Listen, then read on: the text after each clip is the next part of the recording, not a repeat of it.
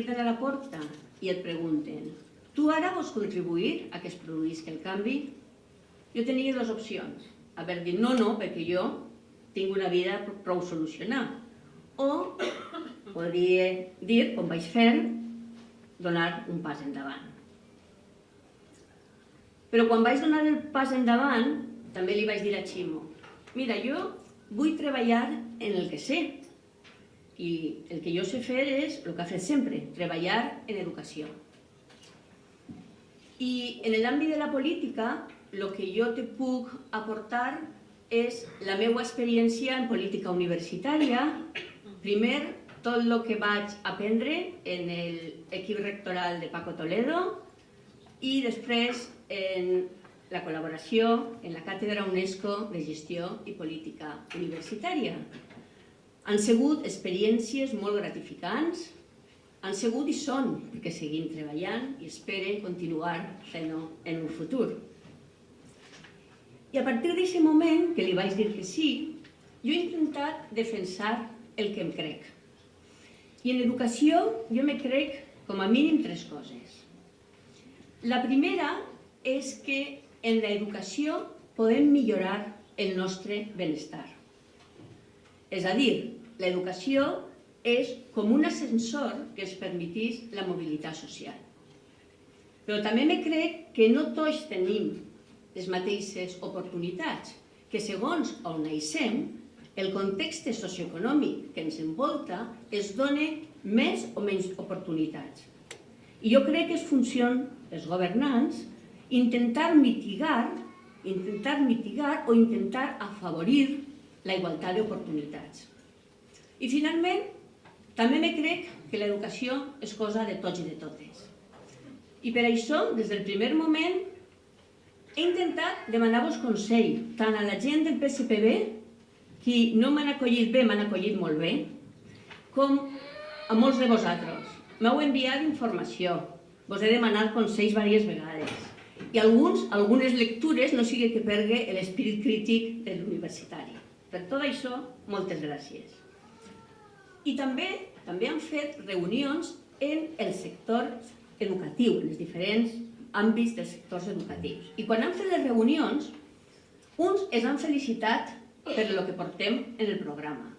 Uns altres ens han dit que ens agradaria que tinguérem altres coses. Però també ens han dit, bueno, bé, això està molt bé, però ara és període electoral. I què passarà el dia després? Doncs mireu, jo penso que el dia després sí que ho podrem fer. Sí que podrem recuperar el que se nos ha llevat de l'educació. I jo me vaig donar compte que ho podríem fer l'altre dia, quan vaig acompanyar a Ximo a la reunió amb els 5 rectors de les universitats. Jo el vaig acompanyar, després em tornava cap a Castelló en el tren, i entonces vaig pensar, jo crec que Ximo mereix ser el proper president de la Generalitat. Sabeu per què ho vaig pensar? Perquè ell no va enganyar als rectors. No els va dir o els va prometre el que no sabia si podria prometre, perquè ell no sap el que es trobarà quan entra a la Generalitat. Ell es va dir algunes promeses molt concretes i sobretot es va dir que comptava amb ells perquè entre tots poguérem eixir d'una situació d'emergència en la que es troba el País Valencià. I jo crec que això, per a mi, és més que motiu per a pensar que pot ser un bon president. A més, Ximo és treballador. A mi m'ho ha demostrat estos dies. És treballador, és honest. Sempre té una paraula agradable. Sempre està content, sempre te diu alguna paraula que t'anime. I la primera impressió que jo vaig tindre de Ximo després de parlar amb ell és que era bona persona. Era el que jo dic bona gent. I jo crec que treballar en la bona gent a mi m'agrada. Ara parlaré un poquet del programa d'educació.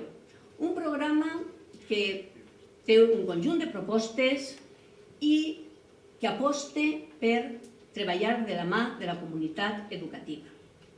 És un programa sòlid, és un programa que ha fet molta gent, que no és fruit de la improvisació. És un programa que ha coordinat magníficament Miquel Soler. En Miquel Soler, quan li van dir que anem a fer aquest acte i que ens agradaria que ens acompanyara, ell no va dubtar ni un moment en vindre. Jo t'ho vull agrair personalment, el treball que has fet i també que avui estigues així en tots nosaltres.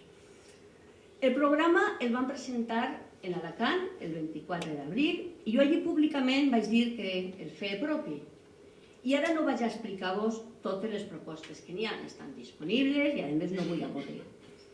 Però jo sí que vull comentar 3 línies d'actuació bàsiques i mencionaré algunes propostes. Però per què les línies? Perquè jo crec, i això també ho he après aquests dies en les discussions que he tingut, que l'important és el model, saber on anem. I després ja podem concretitzar les propostes, perquè fins i tot les propostes poden ser variables. Aleshores, les línies d'actuació bàsiques que jo crec que un futur govern progressista no pot oblidar, al meu entendre, són 3. El primer, apostar per favorir la igualtat d'oportunitats. Ja fa temps que els que estem en les aules es trobem casos com els estudiants que no poden anar d'Erasmus perquè no tenen diners, els estudiants que deixen d'estudiar en la universitat perquè com l'assistència és presencial i ells necessiten portar diners a casa, ja no poden continuar els seus estudis. I això és una realitat, això és així. Per tant, nosaltres legislarem per a que ningú quedi exclòs del sistema educatiu per nivells econòmics. I ho farem revisant totes les beques, llançant programes potents de beques i ajudes a l'educació. La segona línia, que crec que no l'hauríem oblidar, és que cal apostar per l'educació pública. Vol dir que no hi haurà lloc per a la privada? Sí. Però els recursos públics tenen que anar adreçats a l'escola pública. Aleshores, tota la nostra acció política i els recursos o la redistribució de recursos tenen que anar per a l'escola pública. I en aquest sentit, almenys 3 grans idees o propostes. En l'educació superior, una nova llei de finançament, una llei que permetís que les universitats planificar a llarg termini, que es permetís saber quines són les prioritats atenent a la idiosincràsia de la universitat i també rendir comptes. Revisarem, dins de la legislació que es permeten, revisarem les taxes universitàries. L'altre dia me deia una xica que és metge, jo avui no haguera pogut ser metge, perquè en ma casa no haguérem pogut pagar el que valen ara els estudis universitaris. I finalment donarem un impuls a la investigació. Intentarem legislar per a que puguem captar el talent, un talent que Amparo també reivindica en el seu programa dels joves i també de sèniors. Tenim bones pràctiques. En Catalunya tenim les càtedres ICREA en el País Basc, que és basc. Per què no podem tindre els valencians i les valencianes? També ho tindrem. En l'educació no universitària, ja s'ha dit, el futur president ho ha dit, escolarització gratuïta a partir de 2 anys. Reduirem la ràtio en les aules i impulsarem mesures per afavorir la igualtat. Igualtat lingüística, igualtat de gènere. I modernitzarem, primer analitzarem i després modernitzarem la formació professional i la formació d'adults. I finalment, per a mi una cosa que és molt important, canviarem la forma de fer política. Com la canviarem? En primer lloc, treballant amb transparència. Amb transparència vol dir que explicarem, farem pedagogia de cada partida pressupostària, per què la destinem i com gestionem els recursos. I finalment, amb consens. Jo us vaig a contar una cosa que sempre dic i que vaig presenciar en Pilar, que també està per ahí. Un dia vam demanar reunió en la que entonces era secretària autonòmica d'Educació i li van dir, mira, estos són els nostres resultats d'investigació. Sabem que en una societat multilingüe és millor apostar per les 2 llengües nostres perquè favorirem d'aquesta manera que s'aprengui l'anglès. I aquella dona ens va mirar i ens va dir, jo tinc clar quina és la meva política, vosaltres marxeu a la universitat. Bé, aquesta és la meva petició per al futur, pel nostre futur president. Ximo, quan sigues president, escolta la gent. i escolta, jo sé que ho faràs perquè ara ho fas, però quan estigues de president també, escolta la gent i escolta-la sense sectarismes, rodeja't dels millors, i quan algú te faci una crítica, pensa que pot ser que sigui una idea bona per a millorar l'educació. Aquesta és la meva petició. I aquest acte, en definitiva, és un acte de manera simbòlica, perquè no estem consensuant cap llei, però és un acte per a demostrar que nosaltres volem escoltar abans de legislar. I vos contaré una cosa. L'altre dia, Teresa, que no esperava on està, me deia que jo volia fer una reunió d'estudiants i un dels col·lectius d'estudiants em va dir: mira, ara no, en període electoral no, si la candidata té interès en fer la reunió després de les eleccions. Jo li vaig dir a Teresa, doncs mira, a mi me pareix bé la resposta dels estudiants, me pareix bé que ells vulguin saber el nostre compromís també després de les eleccions, si tinc que ser parlamentària, necessitaré informació. I li vaig dir, dóna-li hora ja, dóna-li hora, no per al dia 25, perquè tinc classe a les 9 del matí, però per al dia 27. Dóna-li hora i el rebrem. Però aquest és el nostre compromís. El nostre compromís, a tu t'han demanat això, i nosaltres, com a parlamentàries, es comprometem a escoltar a la gent. I per això este acte. Per això este acte que hem demanat a representants de la societat civil si li podrien dir al futur president de la Generalitat, al nostre president, en 3 minuts, alguna proposta, de manera esquemàtica, per favor, de què li agradaria que ell fes.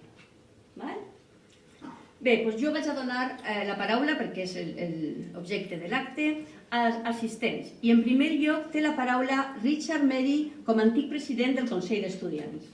Moltes gràcies al PSPB i concretament a Eva Alcón per haver-me convidat a participar i donar una visió dels joves del que ha de ser l'educació per a la nova etapa que en qualsevol cas s'aproxima. Bé, yo creo que la educación es un bien para mí esencial y creo que para cualquier persona que nos interesa la educación, creo que es un bien que además se garantiza con una sociedad avanzada. Y dicho lo cual, creo que lo que debe ser la educación en primer lugar es consenso. Consenso de los agentes políticos con la sociedad, y en la sociedad evidentemente también estamos los estudiantes. Creo que es importante que los agentes políticos nos tengan en cuenta a los jóvenes, también a la sociedad en general, a los jóvenes, porque en ocasiones lo que se ha visto es que ha habido una sucesión de leyes, de normativas, de legislaciones que lo que han hecho ha sido realmente convertirnos a los estudiantes a veces en conejillos de indias. Han pasado muchas leyes educativas a varios niveles y eso realmente no ha favorecido una estabilidad del sistema educativo, no ha permitido tampoco garantizar un sistema educativo estable que no dependa del gobierno de turno. Creo que es importante eso. Me consta también que hubo en la última etapa un intento de pacto educativo con Gabilondo y que al final no pudo ser, pero creo que hay que trabajar en esa línea a nivel estatal y evidentemente a nivel del País Valencià. Y ese pacto educativo es un hecho que no es simbólico, sino que se traduce en una serie de cosas. En primer lugar, como también habéis comentado, una equidad, garantizar la equidad, la igualdad de oportunidades, que básicamente se traduciría, por ejemplo, en que cualquier estudiante pueda acceder a la formación que desea, al desarrollo que desea, sin depender de las condiciones iniciales económicas. Pero no por un bien personal, no para que el estudiante llegue a donde quiera, sino además porque una sociedad formada garantizará también una sociedad avanzada. Y una sociedad formada se hace a partir de la educación, no hay otra salida. Otra cuestión importante es que debe ser precisamente accesible en ese sentido y debe haber unos precios de matrícula realmente accesibles. Ha habido un aumento de tasas de matrícula en los últimos tiempos que han echado a gente literalmente de la universidad. Hay estimaciones de incluso 40.000 estudiantes universitarios, digo en el ámbito universitario, pero en otros ámbitos también quizá ha habido un impacto y eso no se puede conseguir, no se puede permitir eso. Otra cosa importante también es que tiene que aumentarse el sistema de becas y ayudas. Yo creo que eso es clave. Una cuestión importante, que es un tema que no está suficientemente tratado y sin embargo creo que es muy importante, es la orientación hacia el estudiante, la orientación de tipo académico, de tipo vocacional, de tipo personal. ¿Y por qué digo esto? Porque muchas veces el estudiante no sabe muy bien hacia dónde orientar su formación, incluso también su trayectoria laboral, de tal forma que en el mejor de los casos el estudiante asume con resignación alguna formación que ha elegido y en el peor incluso puede llegar a abandonar el sistema educativo. Y eso es un problema para el estudiante, es un drama para el estudiante, pero también es un drama para nosotros como sociedad. Creo que es importante que en ese pacto de Estado, o en ese pacto a nivel autonómico, exista unas líneas de asesoramiento al estudiante de tal forma que... vale, no, acabo enseguida, ¿eh? Joder, sí que está controlado, sí. No, nada, acabo enseguida. No, quiero decir que es importante que en ese pacto se incluyan también líneas estratégicas de acompañamiento del estudiante desde la universidad, perdón, desde la educación obligatoria hasta también la universidad y después de la universidad. Creo que es importante.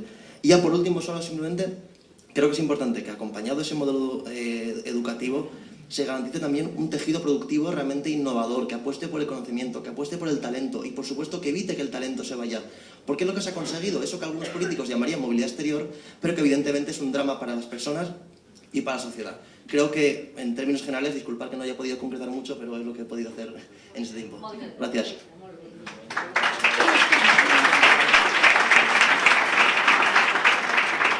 A continuació, Toni Vizcarro, Escola Valenciana, representació de l'Escola Valenciana i també en 3 minuts. Sí, gràcies. Bé, en tot cas, per fer-ho de presseta, vull començar a donar moltes gràcies, evidentment, per haver-nos convidat, no només com a Escola Valenciana, com a Col·lectius per la Llengua, sinó com a part del moviment educatiu i de la comunitat educativa de Castelló i de les nostres comarques valencianes, perquè en primer lloc me toca a mi parlar en nom d'Escola Valenciana, però jo no soc més Escola Valenciana que la gran majoria dels que esteu així. Això tingueu-ho clar, Escola Valenciana ni és una associació ni té forma de federació, però és un moviment en el qual jo crec que la immensa majoria dels que esteu així podeu considerar-vos inclosos. Perquè això és una cosa que va néixer fa molts anys per a demanar sobretot que tota aquella persona, tota aquella família que volguera que per als seus fills tindre assegurada l'opció primer de tindre l'assignatura de valencià fa 30 anys i després de rebre el seu ensenyament en valencià, que tota aquella família que volguera tindre aquesta opció la tinguera assegurada. Podem afirmar a hores d'ara que això no se compleix. No tota la demanda de les famílies que demanen tindre educació en valencià la tenen. En Castelló està bé, està la cosa més o menys arreglada, no perquè siguem especialment, no sé com dir-li, valencianistes o perquè siguem molt de la soca, sinó perquè durant molt de temps s'ha treballat molt a les escoles per demostrar de manera fefaent que els xiquets que rebien ensenyament en valencià acabaven dominant perfectament el valencià i el castellà. És a dir, nosaltres no defensem l'ensenyament en valencià, l'educació en valencià com a un capritxo i una reivindicació de les arrels, sinó per pura pragmàtica. Sabem que l'educació en valencià és la base del bilingüisme i el bilingüisme és la base del multilingüisme, que és una miqueta cap on hem de tendir. Aleshores, la primera demanda, crec que la primera petició seria una miqueta clara, diguem que tota aquella família que vulgui que els seus fills reben educació en valencià, que tinguin assegurada aquesta opció. Sabem que els percentatges a nivell de País Valencià no van per ahir. I que reben aquesta educació, diguem, en Castelló vos he dit que estava la situació més o menys bé i ara us ho comentaran en el tema lingüístic en la pública, evidentment, perquè si ja ens anem a la privada o a la concertada, és a dir, la privada subvencionada, el tema de l'ensenyament en valencià pràcticament és inexistent. Nosaltres com a escola valenciana no estem clarament definits a favor de la pública, encara que pel fet de defensar el valencià, evidentment estem del costat de l'educació pública. En fi, la concertada és una miqueta el reducte, per dir-ho d'alguna manera, dels que no volen el valencià en l'educació, quan hem dit que està més que demostrat que és convenient per als xiquets i les xiquetes. Aleshores, què podríem dir? Que podríem demanar que se'ls exigisca a l'educació concertada també que oferisquen aquesta opció. Si ja no donen ni l'opció, evidentment la concertada diguem que se manté en fons públics, aleshores siguem també exigents en certes coses. I allà on hi hagi una mancança que la pública no arriba, doncs contem la concertada, però també en el tema lingüístic.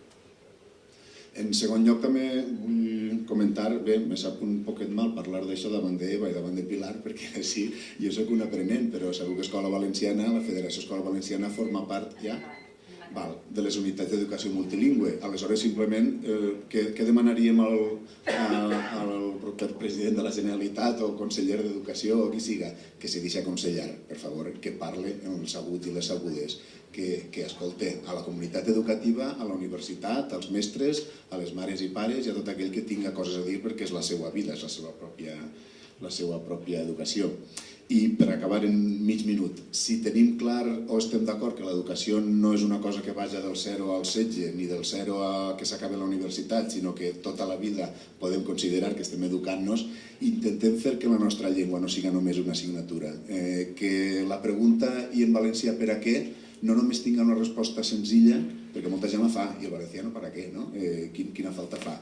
Doncs hem d'aconseguir que la resposta siga tan fàcil que la pregunta no tinga cap sentit, que no tinga, vamos, que sigui una pregunta estúpida, perquè tot el món ja sabem, o hauríem de saber per a què el valencià, perquè és bo, perquè és cultura, perquè són diners, que també és una cosa que algun dia haurem de reivindicar.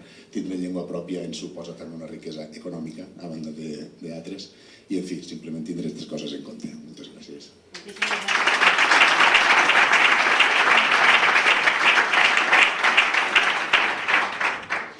Ara, a continuació, Mar Alcolado, en representació del professorat de secundària. Hola, bon dia. Com han dit els companys, allò com va avançant, l'originalitat costa més, clar. No podem dir moltes coses originals, però per suposo l'agraïment de donar a la gent normal del carrer la possibilitat d'expressar-nos no només per consignes del carrer i cridant i en pancartes, sinó en una miqueta d'argumentació, encara que tenim molt poc de temps i és una pressió increïble, això dels 3 minutets, ja estic nervioseta abans de començar. Reduiré molt la meva intervenció, a veure si puc entrar abans del pip. I la primera qüestió que m'agradaria que tinguéreu Miguel, si toca Amparo, Ximo en compte és que aquest eslògan de laica, pública i en valencià que siga de veritat. La laïcitat és una qüestió molt important. No pot ser que dins dels currículums estiga a la mateixa altura les creències i les certeses científiques. Això no pot ser. Això s'ha d'arreglar ja.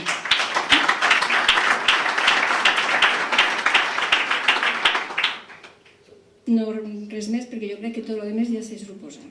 Després, la pública, evidentment, la concertació ha d'estar, però ha de ser sempre subsidiària, sempre. On no esté la pública, que estiga la concertada. I, a més, els recursos, els que sobren, no primer. I complir la normativa igualment que complir la pública, perquè a la pública se li fa una sèrie d'exigències que després tots sabem que no se fa a la concertada, o que es mira per una altra part, o que se fomenta, o cadascú que faci la seva reflexió. I després en valencià. La llengua és la identitat. Pensem en la llengua que parlem i parlem com pensem. El que no pot ser és que a l'infantil, ara parlàvem Toni i jo, a l'ESO, a l'obligatòria, encara a Castelló estem bé, però quan la gent complís els 16 anys es veu que ja no pensa en valencià, ja només pensa en castellà o en anglès, perquè desapareixen les línies. El PEP desapareix en els batxillerats. Com que no és obligatori, doncs qualsevol que faci el que... No. Si hem tingut tota l'educació primària i secundària obligatòria en valencià, s'ha de garantir el que continuen en la secundària no obligatòria i en la universitat. Perquè, repetís, parlem com pensem i pensem com parlem. Per tant, la primera senya d'identitat és la llengua i hem de reivindicar-la. I després, com a afegit meu, en nom de tot el professorat de secundària, ha de ser una formació integral. Hem de llevar de tots els documents recursos humans, que són fotocopiadores, no som recursos humans, són persones, i hem de formar a persones.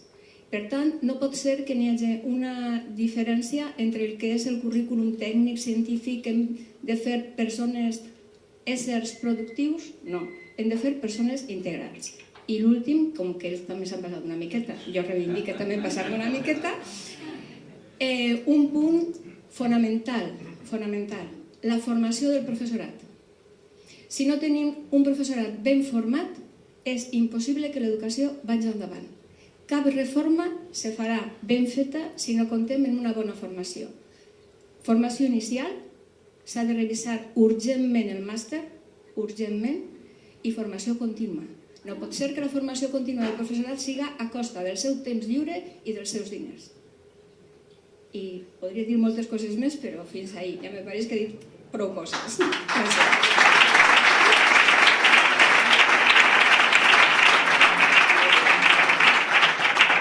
Moltes gràcies, Marc. I ara, Victorino Bartoll, en representació de l'Escola Infantil Primària.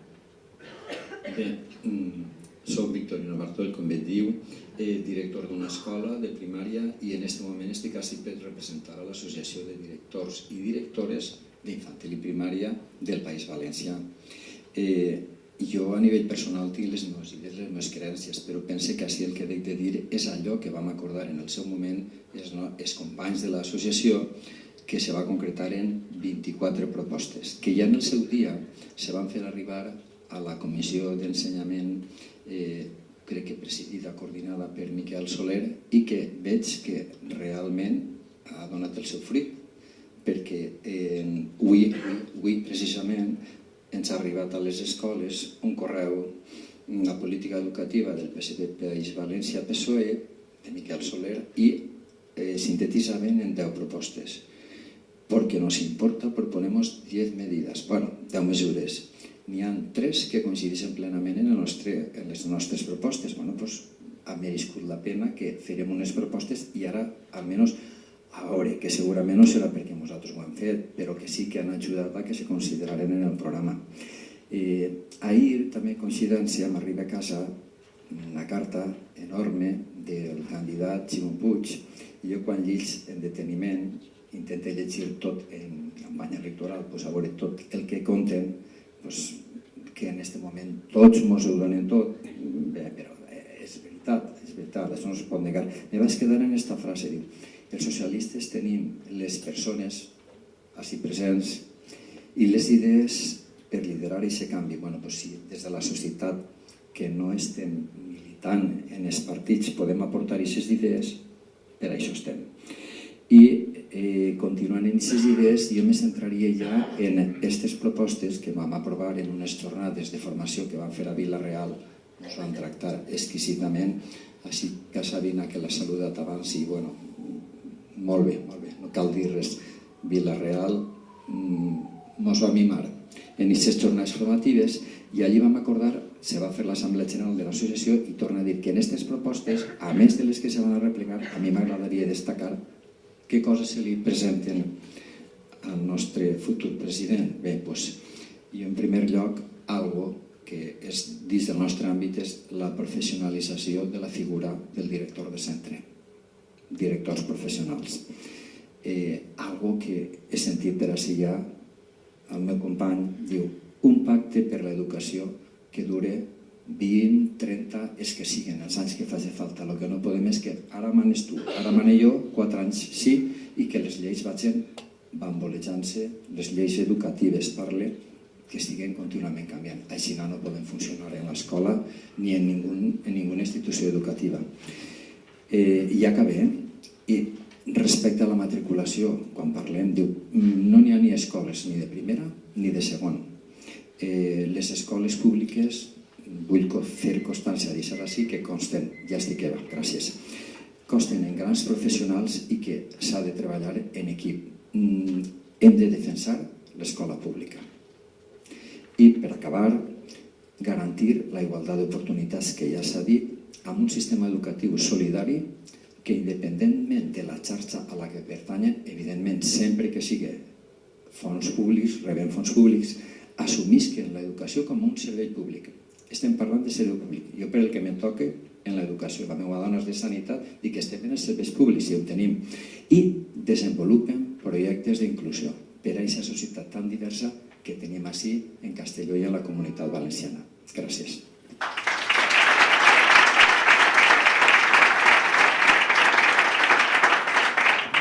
Gràcies, Victorino. I ara, finalment, Leonor La Peña, en representació del sector universitari i la formació d'adults.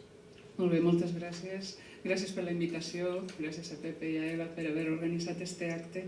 I, sí, estic com a professora de la Universitat Jaume I i també, així n'hi ha 2 dels rectors que me van donar la possibilitat de formar part d'equips i de gestió universitària, i això té una visió prou ampla, no?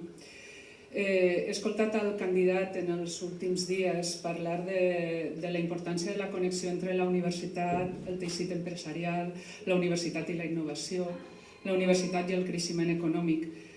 I, claro, també s'ha dit ara, el paper ho suporta tot, no, Ximo? Però sí que segur que en aquesta reunió que vas tindre en els rectors de les universitats públiques valencianes, jo suposo que el tema estrella va ser el tema del finançament, no?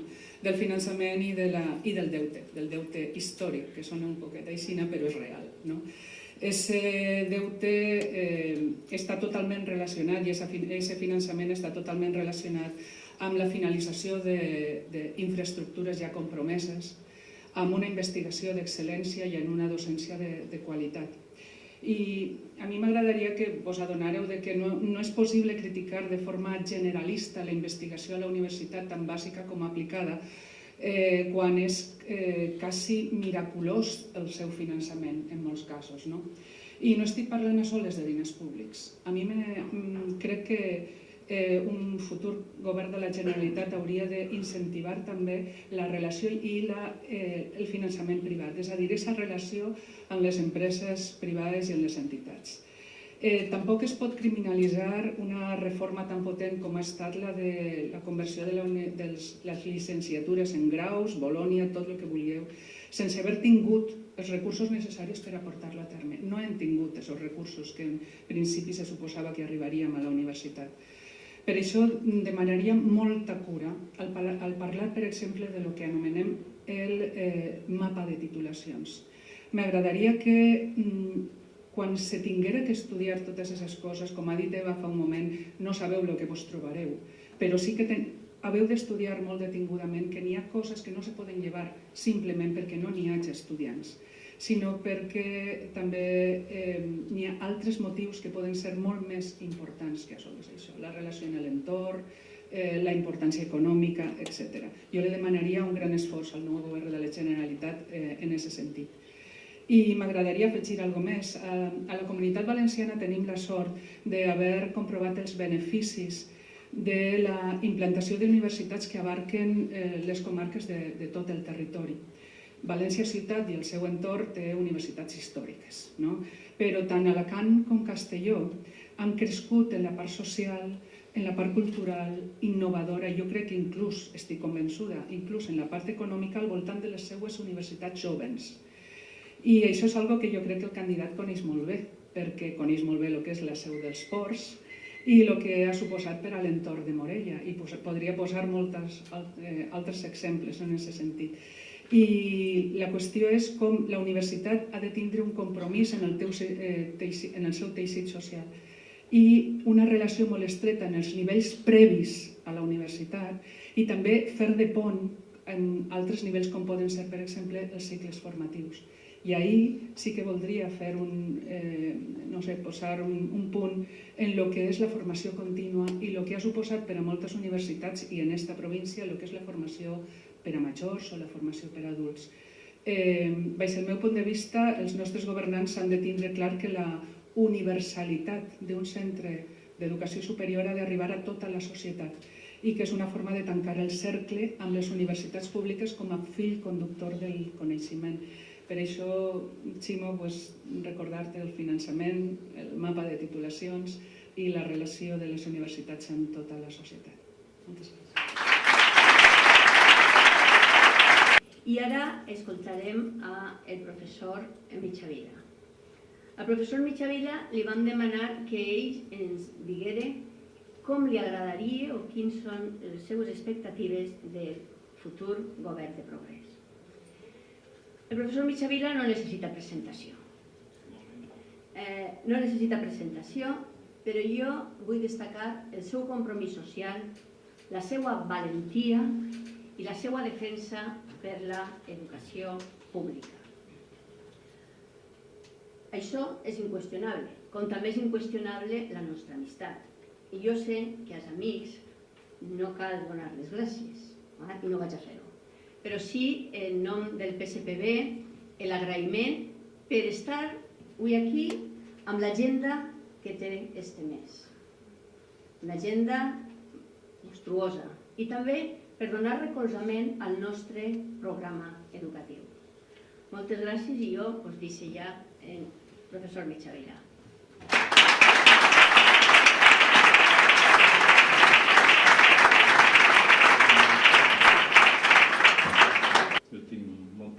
inclús tinc caloret. Així és que m'he tret la jaqueta perquè estic entre amics, ja els he trobat, la majoria ens hem vist allà d'entrar i per tant en aquesta confiança m'he posat còmode per a també físicament estar a gust. Jo vull fer una intervenció, segons m'ha dit la meva jefa avui i altres dies, de balcó de 15 minuts, i volia dedicar-la a dues qüestions. Una, per què cal que hi hagi un govern com el que jo desitge, i estic segur que la immensa majoria dels que estan així, i molts que no estan així, un govern de futur, un govern de progrés presidit per Ximo Puig, i és la primera part. I després vull fer una reflexió sobre l'educació no universitària i l'educació universitària. Mireu, jo vull molt al meu poble, jo crec que això, els que sou amics meus, ho coneixeu. I també ara estic content de com va el nostre Castelló, que pujarà d'ací 15 dies. M'alegre molt quan vaig a vora la mar i veig el nostre mar blau, me diu tantes coses, però la vida no acaba en això. Quin és el nostre projecte com a poble? Quin és el nostre projecte col·lectiu? Com el governen? En què s'afecta això? Deia Plató que el castig per abstenir-se en política és que el governen ineptes, incapaços o deshonrats. I avui les meves paraules, sí, són unes paraules que són de convocatòria a la mobilització. A la mobilització dels ciutadans que no tenim carnet però sí tenim cor i tenim consciència. Per quines raons ja no cal esperar més? No seguint el silenci més temps. Mireu, jo crec que ha arribat el moment de donar el pas endavant perquè la història nostra dels darrers decennis del nostre poble és una història de coexistència dels ciutadans, més que de convivència en un projecte comú, un projecte compartit. L'atonia, la indiferència, el sentiment de a mi no m'afecta s'ha estès per tot arreu. I cal dir prou. Cal dir prou, dir així estic jo. Dura ja massa el silenci, i el silenci és còmplice. I cal dir prou als escàndals que repleguen els mitjans de comunicació. Cal dir prou a tots aquests dirigents de la societat valenciana que realment podrien figurar en les obres d'Alacantí Arnitxes, perquè són, per lo que diuen i per lo que fan, tenen mèrits sobrats per a ser uns personatges absolutament arquetípics d'Arnitxes, sobretot per la seva poca vergonya. Hi ha molts noms propis, jo no vull estendre mai massa, però tampoc vull deixar de dir o recordar coses que m'avergonyissin com a valencià. El que el senyor Rus ha fet, el que la senyora Andrea Fabra ha dit en el Parlament de Madrid sobre els aturats, el que ha passat en el Metro València, el que ha fet Blasco, el que ha fet Camp i els seus amics de Gürtel, etc. Recentment, en un article que traia, diversos articles que traia El País, signats per Barberia, arribava a quantificar quants eren els imputats, i les xifres són extraordinàries, jo les tinc apuntats, però no me les sé de memòria. 150 alts càrrecs, 2 presidents de la Generalitat, 4 vicepresidents, 9 consellers, etc. No vull seguir. I jo crec que front a tot això cal dir prou, i jo vull així, avui, dir prou. I això, dir prou, no em mou el sectarisme. Jo crec que jo no soc sectari, no considero que el sectarisme sigui un sentiment meu. No és una qüestió personal, no és una qüestió d'enemistat. Jo trobo que a la dreta hi ha prou bones persones. Jo tinc molts amics conservadors, molts amics de dretes, els que admiro i vull. Voltaire deia una cosa molt coneguda, jo no compartís la seva opinió, però jo donaria la vida per defensar el seu dret a expressar-se. Jo crec en la diversitat, també la diversitat de les idees polítiques. Una societat plural és sana i enriquidora si és diversa, però això que estem parlant no és de diversitat, això és de societat democràtica. És un problema en el qual l'extensió de la corrupció afeblís i anul·la la societat democràtica. en un text recent de Laguna parlava de com s'havia segrestat al País Valencià la democràcia, s'havien segrestat les institucions i s'havien segrestat els recursos públics mitjançant formes més pròpies del segle XIX. I els que som de Castelló i recordem un poc la seva història sabem el que vol dir això. Quin és el govern que jo vull per al meu país? Jo el que no vull és el govern que mencionava Plató. Ixe no, ni de deshonrats, ni d'ineptes, ni d'incapaços. Jo vull un govern que, per utilitzar una referència, si em permeteu, el 14 d'abril del 37, quan se complien 6 anys de la Constitució de la Conjunció Republicana Socialista del 31, Antonio Machado ho resumia en unes paraules que vaig a dir-les en la seva llengua per la seva bellesa extraordinaria. Die, unos cuantos hombres honrados, obedientes a la voluntad progresiva de la nación, tuvieron la genial ocurrencia de legislar atenidos a normas estrictamente morales, de gobernar en el sentido esencial de la historia, que es el del porvenir. Para estos hombres eran sagradas las más justas y legítimas aspiraciones del pueblo. Governar d'acord en les normes estrictament morals. El contrari de lo que ha passat amb la corrupció al nostre país, que ha contaminat tot.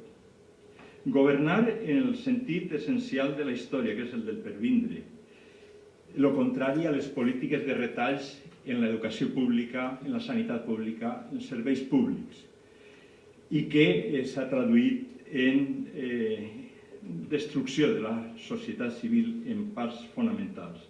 Considerar sagrades les més justes i legítimes aspiracions del poble. Durant aquests anys, emparant-se en la crisi, el cert és que en les terres de l'estat espanyol ha crescut la desigualtat més que en cap altre país de la Unió Europea, excepte Grècia, en el qual estem més o menys el mateix.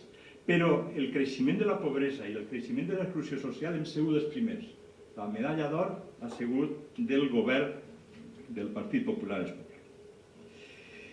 Per tant, un govern com el que jo voldria, no com aquest que acaba de mencionar, sinó com el que jo voldria, és un govern en el qual ha d'haver almenys dues característiques fonamentals. Una, la garantia dels drets civils, i una altra, la supremacia de l'interès general sobre els interessos particulars, que en alguna de les intervencions anteriors s'ha subratllat en molt de cert. I per això, justament per això, jo vull que el futur govern dels valencians sigui un govern presidit per una persona capaç de garantir aquests principis. Un govern presidit per Ximo Puig. Què fer per aconseguir-ho? Per assolir aquest objectiu? La mobilització ciutadana. Cal mobilitzar-se per a posar un punt i a part front al desastre actual, que els actuals governants han esgotat el seu crèdit. I els valencians devem dir en veu alta, de forma clara, que ja tenen que venir uns altres, que aquests ja s'ha acabat el seu temps. Un govern el que somia amb uns polítics que tinguen altes mires. Un govern que estigui assumint les seves responsabilitats amb un comportament vinculat en la racionalitat, en la honradesa, en la intel·ligència i donant un caràcter pedagògic, que també s'ha dit en diverses de les intervencions, a la seva acció de govern. Mateixa Eva ho ha dit d'una forma molt brillant. Jo crec que aquesta forma de governar és la forma que pot portar a terme un govern presidit per Ximo. Crec que és una persona racional, és honrat, és intel·ligent i ha sabut, i estic segur que sabrà, donar un sentit pedagògic a la seva acció política. Per això és per què jo crec que cal fer aquest canvi i tenim l'oportunitat i tenim la forma de fer-lo i, diguem, les eines per a fer aquest canvi. Ara, el meu, així tenia que ser sobretot el tema d'educació. El meu compromís és amb l'educació.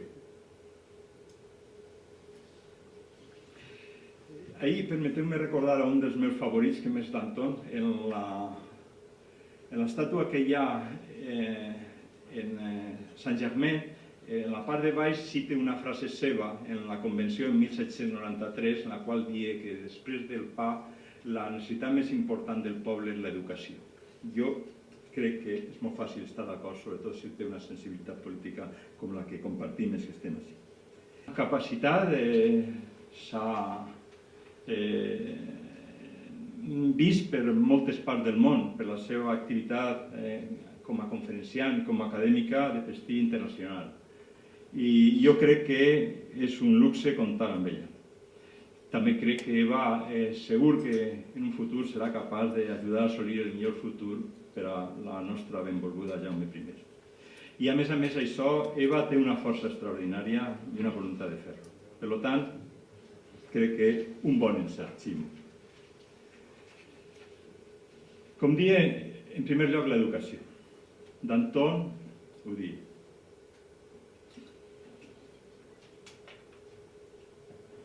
I el cert és que en els darrers anys tots els col·lectius valencians han dit el mal que va l'educació.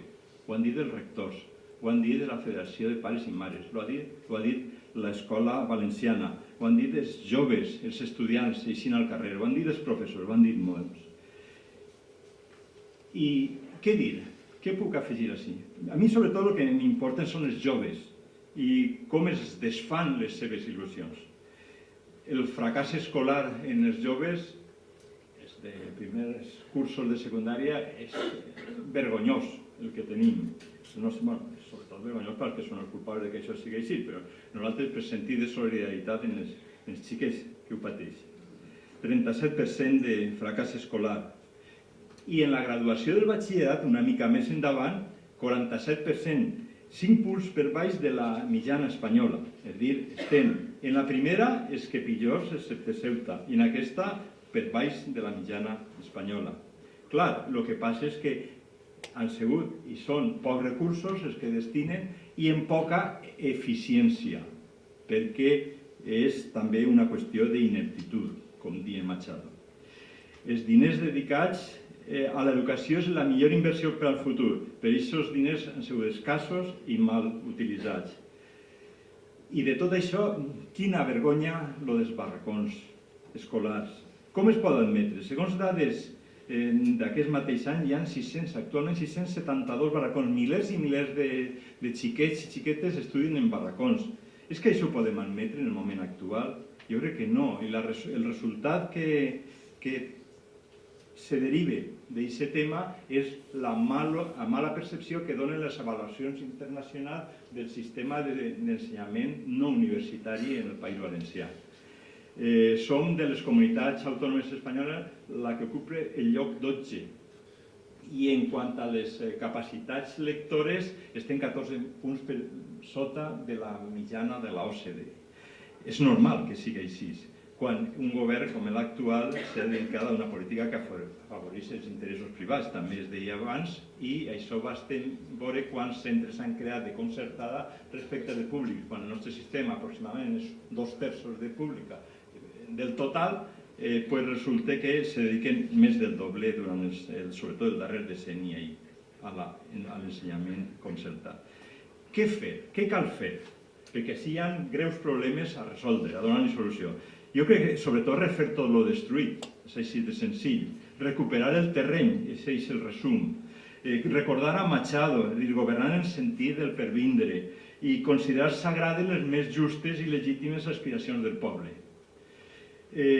Com actuar? Ja està el programa del partit en el qual guanyarà les eleccions. S'ha recordat, després el nostre futur president parlarà, no cal que jo vagi a citar coses d'aquest programa, només una idea global. Tinc així qüestions quantitatives, però vaig a saltar-me-les.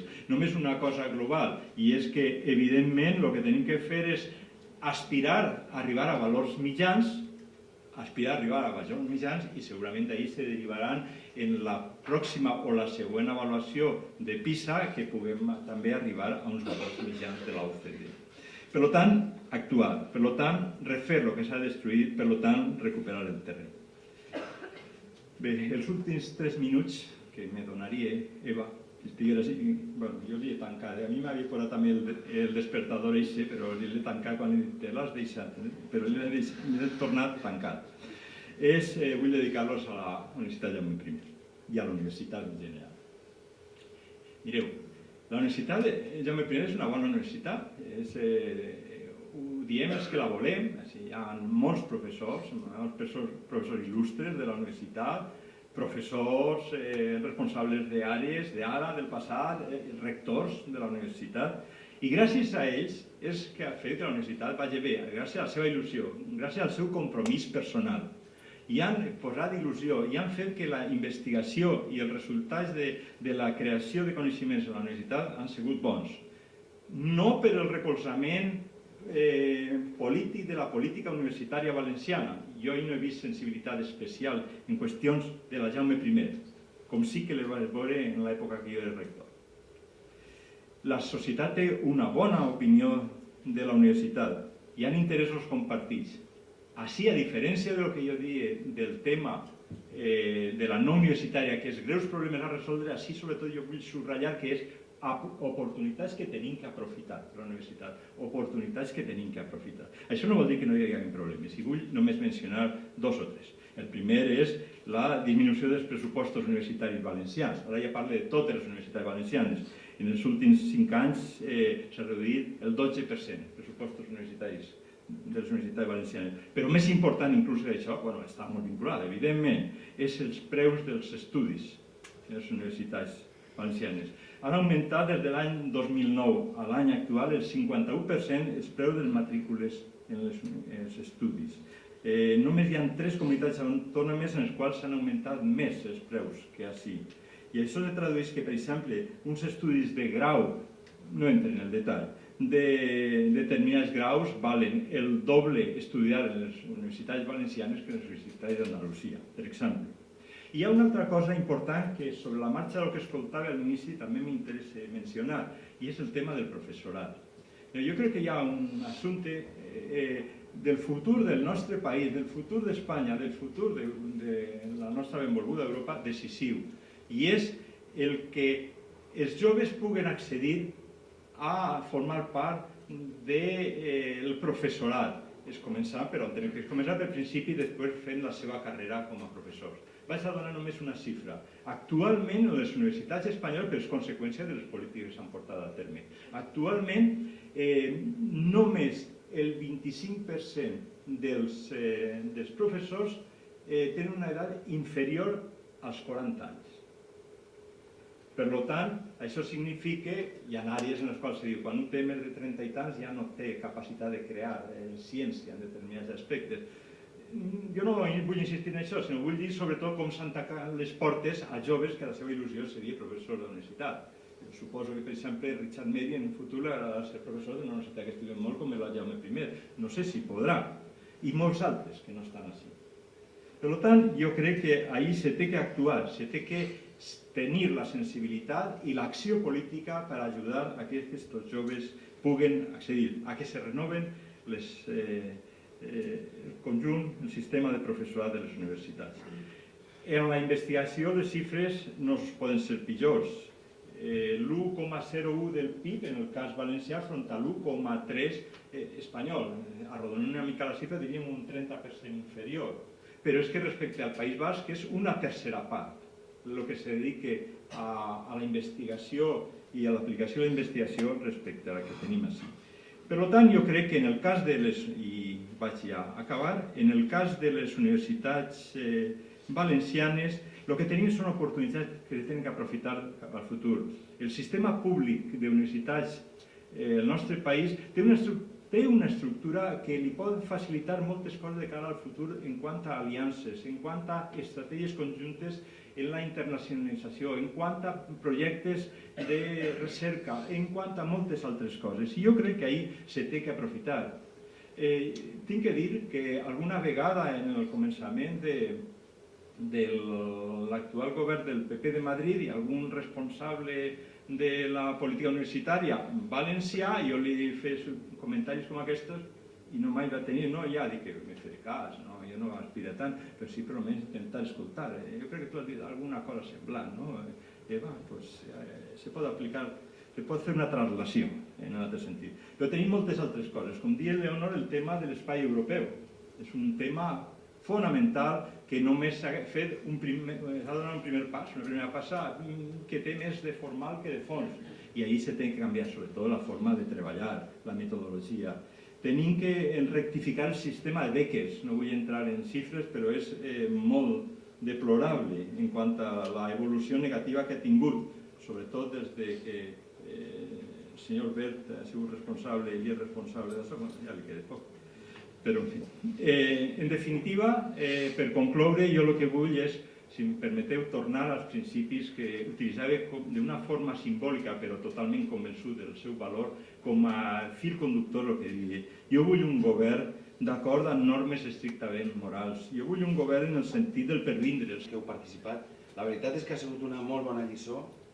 Cada una de les intervencions ha estat molt interessant i a més molt acurada i probablement s'ha demostrat clarament que en 3 minuts s'hi poden dir moltes coses i molt ben dites. Gràcies per estar així i per el que representeu. Mireu, jo vaig intentar també ser el més concís possible perquè crec que, de veritat, els grans problemes que té la Comunitat Valenciana en aquest moment són 3. Són més, però es podrien concretar en 3 grans qüestions. La primera és una qüestió que té a veure en la situació ètica, la situació moral, en el que ha significat la corrupció com a gran llosa i, en definitiva, el que ha significat com a dessagnament de la democràcia. El segon element és doble. Per una banda, el sistema productiu, o sigui, el model de creixement de la comunitat adossat a lo que és el manteniment de l'estat de benestar. I el tercer element és la invisibilitat del nostre país, de la Comunitat Valenciana, en Espanya i el que ha portat com a conseqüència el finançament, l'infrafinançament i la falta d'inversions de l'Estat. Aquestes 3 grans qüestions tenen una resposta. La resposta és l'educació. Les 3 grans qüestions, el motor del canvi d'aquest país és l'educació. Perquè és a través de l'educació on podem recuperar els valors que finalment reconstruïsquen aquest país. I per tant, l'única manera de combatre eficaçment la corrupció, més enllà de lo que és la qüestió policial, la qüestió de la denúncia en mitjans de comunicació, de tot el que és aquest element fonamental de lluita a favor de la transparència contra la corrupció, sobretot al final és una qüestió moral, és una qüestió de valors. Pel que fa al sistema productiu, també, perquè efectivament, crec que Richard ho deia al començament, és que és veritat. El problema que hi ha en aquests moments és que així se va fer un model productiu en el nostre país en el que tots els ous se van posar a la cistella de l'especulació i se va fer entendre molta gent que hi havia dreceres a la prosperitat. I en tots els sectors econòmics se li va situar un far que se dirigia al negoci ràpid.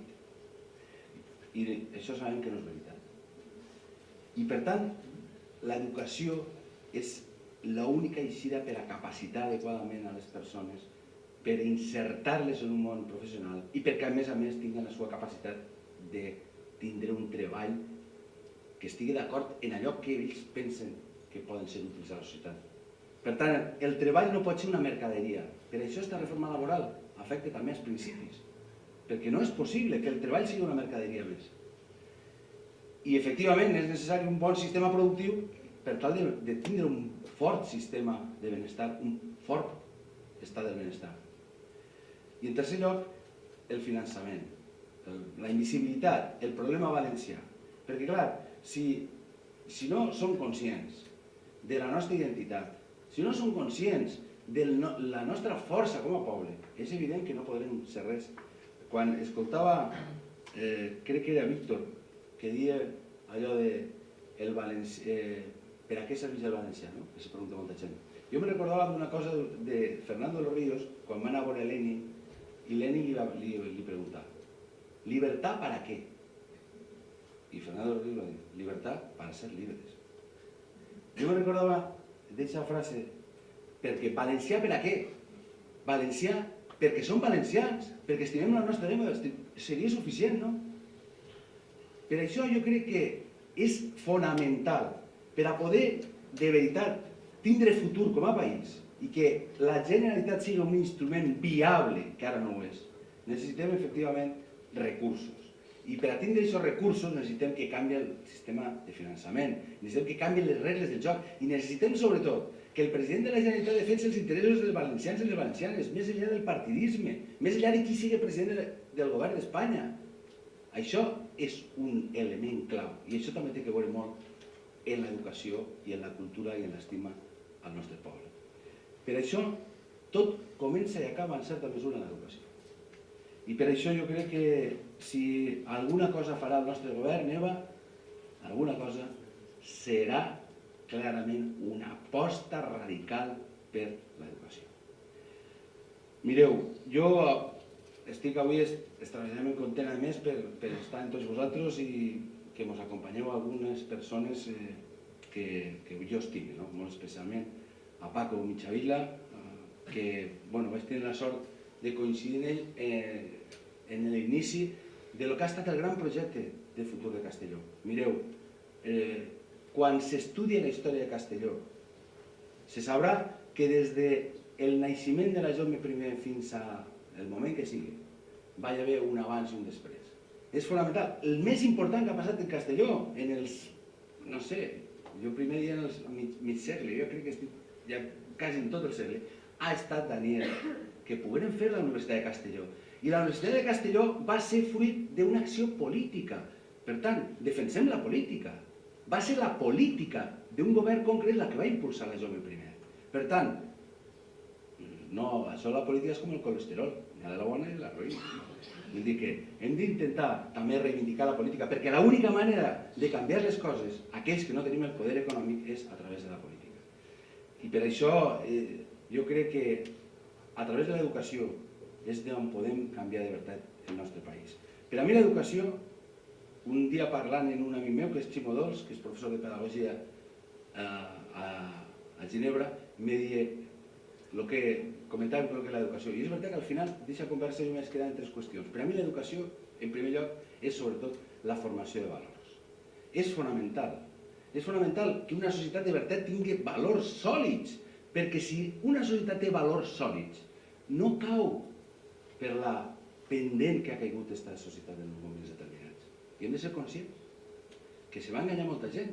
Els empresaris se van deixar seduir, molts empresaris, no tots, però molts se van deixar seduir per abandonar la indústria i situar-se en la venda de lo ràpid de l'especulació. Van haver també molts d'estudiants que en un moment determinat se van seduir i van deixar abandonar els seus estudis perquè hi havia una possibilitat de tindre diners ràpids en un sector en aquell moment tan fort com la construcció. També van haver molts agricultors que van pensar que això de cultivar taronges ja no tenia sentit, que els bancals tenien que ser solars. Per tant, per a que una societat no torni a caure en aquests paradigmes, és necessari l'educació de valors potents. Per això és incomprensible que s'hagi acabat en educació per a la ciutadania en el nostre país i se torni a promoure la religió. I efectivament nosaltres tindrem, per a les preguntes que hi ha hagut, nosaltres tenim l'espai en aquests moments legislatiu que tenim, però davant de la LOMCE, el govern valencià farà tot el possible per a que no s'apliqui, fins al límit que ens permetisca la realitat. I en tot allò que nosaltres puguem arribar més enllà, arribarem per aconseguir efectivament aquest dret a tindre una educació pública, laica i en valencià. I per una altra banda, dia abans, una educació en valors, per a regenerar la democràcia, perquè no podem regenerar la democràcia si no tenim uns valors sòlids. L'element més important per a regenerar la democràcia és, efectivament, els valors i l'educació. En segon lloc, és evident que l'educació ha de ser una educació absolutament vinculada a lo que té que ser el futur de les persones, malgrat que efectivament té que ser permanent, però té que estar capacitadora, una educació capacitadora de lo que té que ser la inserció en el món del treball.